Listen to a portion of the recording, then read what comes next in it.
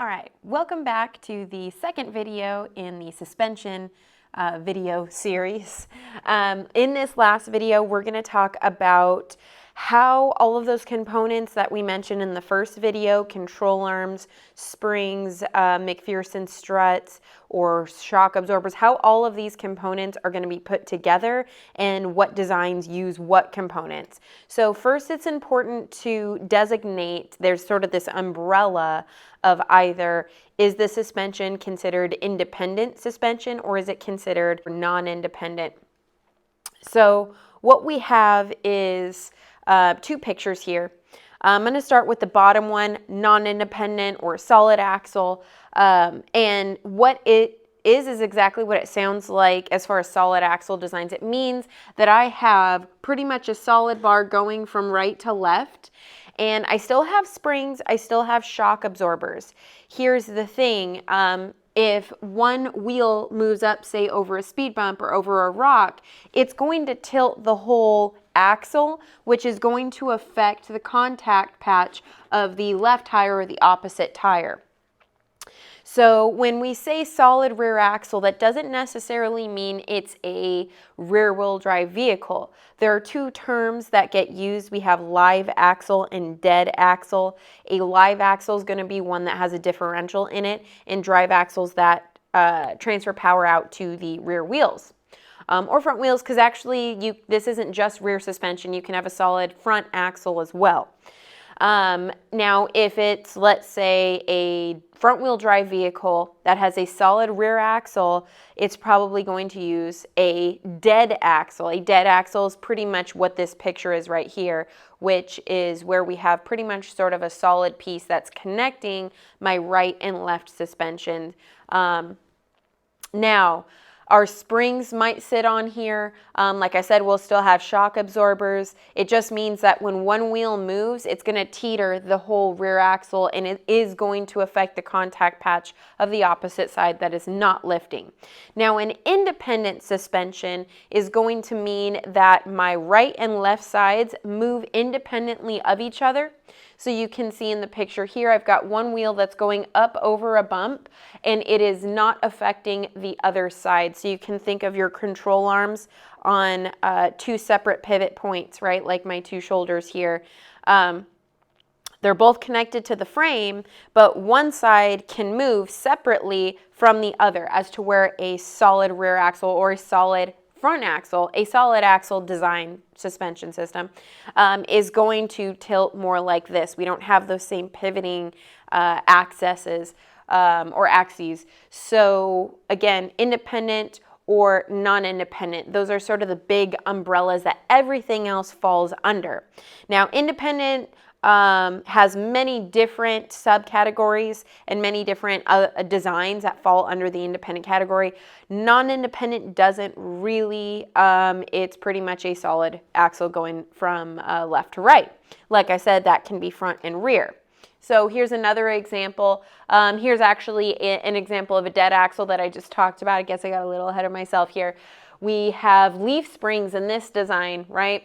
And shock absorber still, so there's still suspension there. It's just from one, let's say the back of the hub assembly that is holding your brakes and wheel bearings and things like that is going to pretty much solidly attach to the other side as well. On a live axle, it's going to be pretty similar. In this design, we're using coil springs instead of leaf springs, but we still have shock absorbers. And you can see that rear axle and a live design is going to contain a drive member or a differential. Now, what about your independent designs? Because there's a few of these. The first one that comes to mind is going to be what a lot of you guys know as SLA, but SLA stands for short long arm, meaning that I have two control arms. I've got a shorter upper control arm and a longer lower control arm. Now, the terminology that gets used a lot is double wishbone. Double wishbone and SLA get used synonymously quite often. The use of unequal length control arms is really what we're looking at now. Way old designs had equal length control arms. And there was a problem with that because as our wheels move in an arc, that equal length control arm on, let's say, top and bottom would give us alignment changes that were not beneficial to driving. And so in order to keep the wheel in the with the most contact possible as it goes through its arc, there's still going to be an alignment change, but what we're going to get is a good camber gain. We'll talk about alignment next week when we get into steering and wheel alignment. But we use unequal length control arms to maintain good alignment for good traction throughout the wheel's arc. Now, oh, and that's exactly what I've got here. Allows for camber changes while cornering, as to where we didn't get that with double wish or equal length control arms with a double wishbone design. So double wishbone could have meant they're equal length control arms, but nobody uses that design, and they haven't for a very long time. So when you hear the term double wishbone, it's usually referring to an SLA design as well.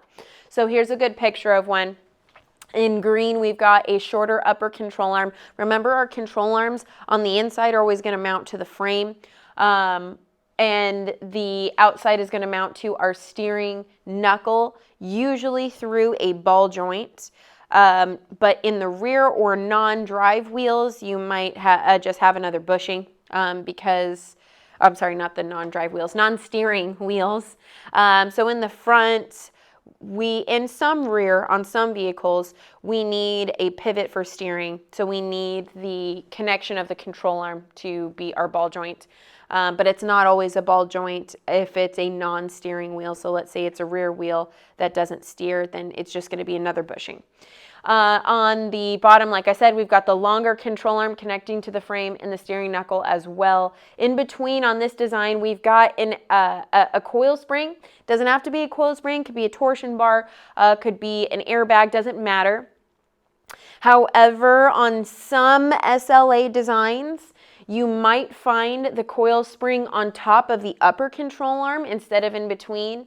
That's not near as common as this design, but it does happen.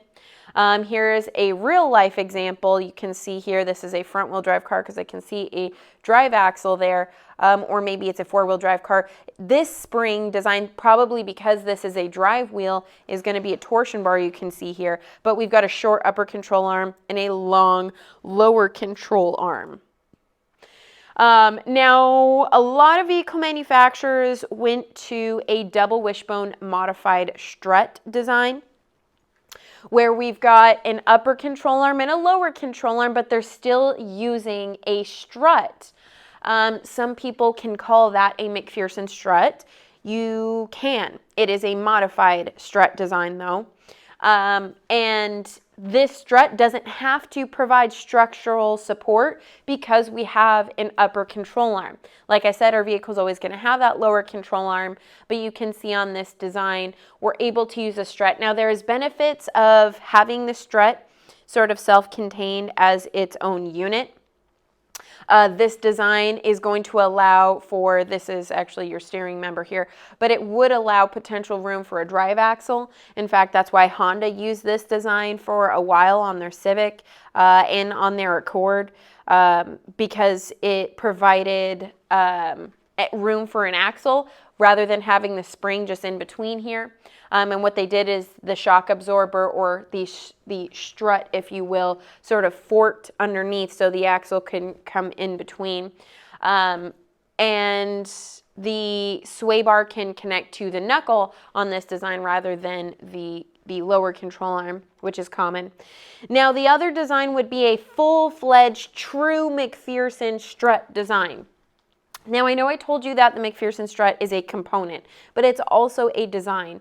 A true McPherson Strut design, you can see here, we've got a lower control arm, but no upper control arm. We don't need it because the McPherson Strut is located up high to our strut tower, which is also down here, going to connect to our steering knuckle. Now, with that, a lot of vehicle manufacturers went to this design, especially front-wheel drive vehicles. A lot of all-wheel drive vehicles went to this design. This design carries a couple benefits. It is generally a lighter design, generally. And it is a cheaper design. It does sort of contain less components. So many manufacturers went this way for those reasons.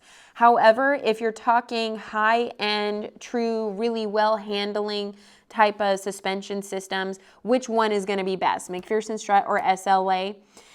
The SLA actually provides a good camber change because of those control arm lengths when you are in a turn. And so that's why you'll see a lot of racing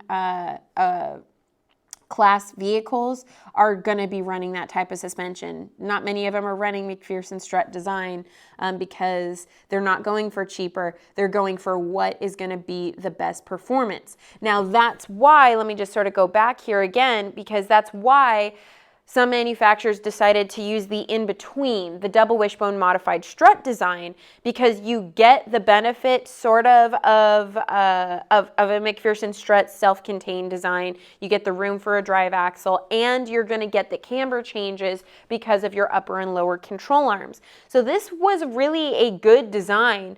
The problem was it's a little extra component, so it's going to cost you a little bit of extra money.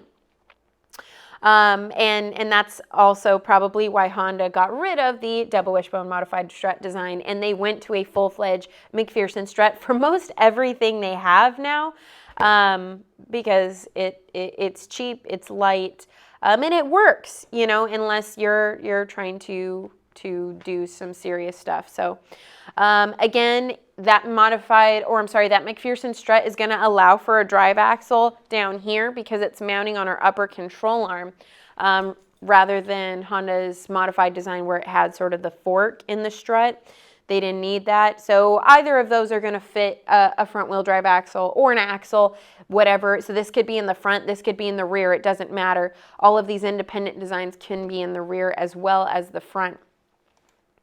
Then there was this modified McPherson design. Now this one's not common, and in fact really the most common car that you'll find with this design is going to be older Mustangs. I actually don't even think the newer Mustangs adopted it, but I could be totally wrong about that, so don't quote me on that. The modified McPherson design is going to have a McPherson Strut, but not like how I told you, sort of self-contained with the spring involved, a modified McPherson.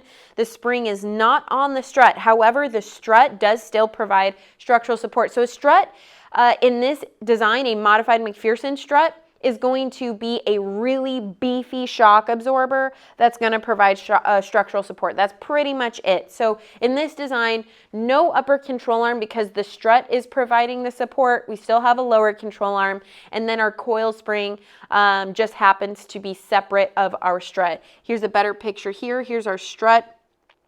And this is going to be located either attached to our steering knuckle and whatnot. And then we've got our spring separate down here. Here's our lower control arm, like I said. So this one's going to be a little bit stronger than your typical McPherson Strut. That was one of the other downfalls of the true McPherson Strut design. It was a little bit of a weaker design, but again, they're usually put on economical vehicles like a Toyota Camry or a Civic or a Sentra, whatever it might be. They're not really doing anything heavy duty. Not that a Mustang's doing anything heavy duty except for running into crowds. This design is able to withstand heavier loads, and they started using this design in the early Mustangs as well.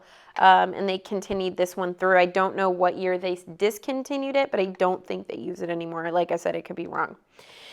Another design that was used is called a twin IBeam. This one was found commonly on the Ford Rangers as well. It's not the only vehicle it's found on, just a common one that you'll find it on. This design is a little bit different. You can almost think of it as, they don't call them control arms, but they are really long control arms, kind of that go from the opposite side of the frame over to the suspension, and the same from the other side. These are going to be called your I-beams, and because they're, remember I talked about those control arms that have two mounting points, one to the frame, one to the knuckle. They control in and out movement of the wheel, but they don't control front and back.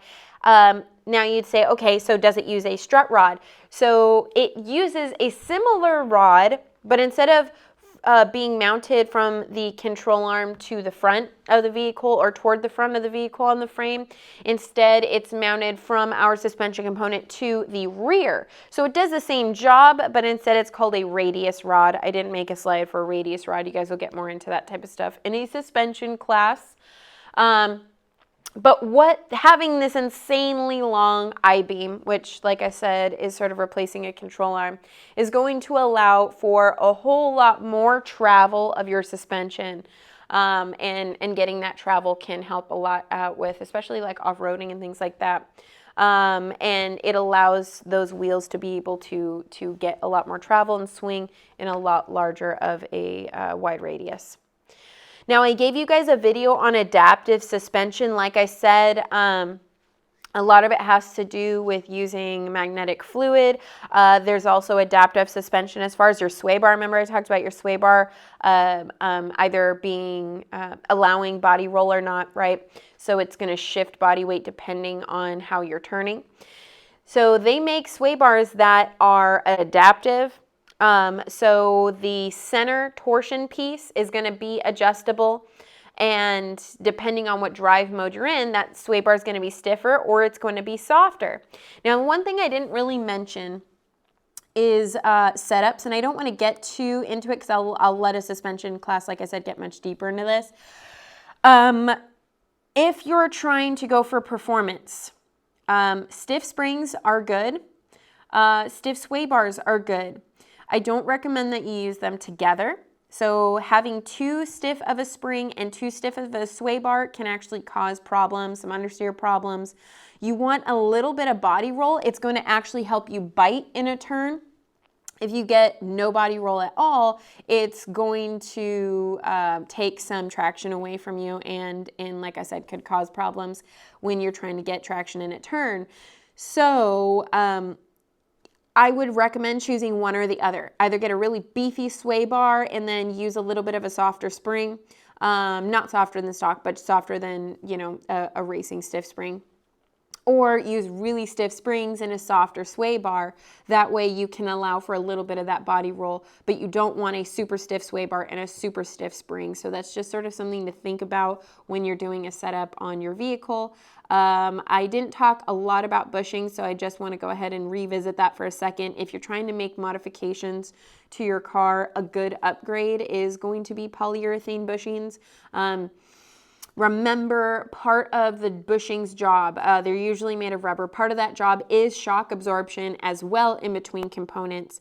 Well, for comfort, that's great, but for performance, that might be a little bit of one of those areas that it gives too much and you don't want that movement or give because you want response rather than comfort. So I would recommend either switching to a stiffer rubber compound or going to a polyurethane. But I want to make a disclaimer, polyurethane is very noisy and squeaky, and you are going to lose some comfort because it's like putting a stiffer spring in a car. So that's just a couple of things to sort of think about as you decide to make modifications. Also, if you're lowering your vehicle, I do not recommend ever, ever, ever to cut your springs or to heat your springs. So when you cut your springs, remember, actually when you cut or heat your springs, those springs are heat treated. So when you reheat them up again, you undo that heat treatment and those springs will fail. And honestly, a good set of performance springs is not near as expensive as they used to be.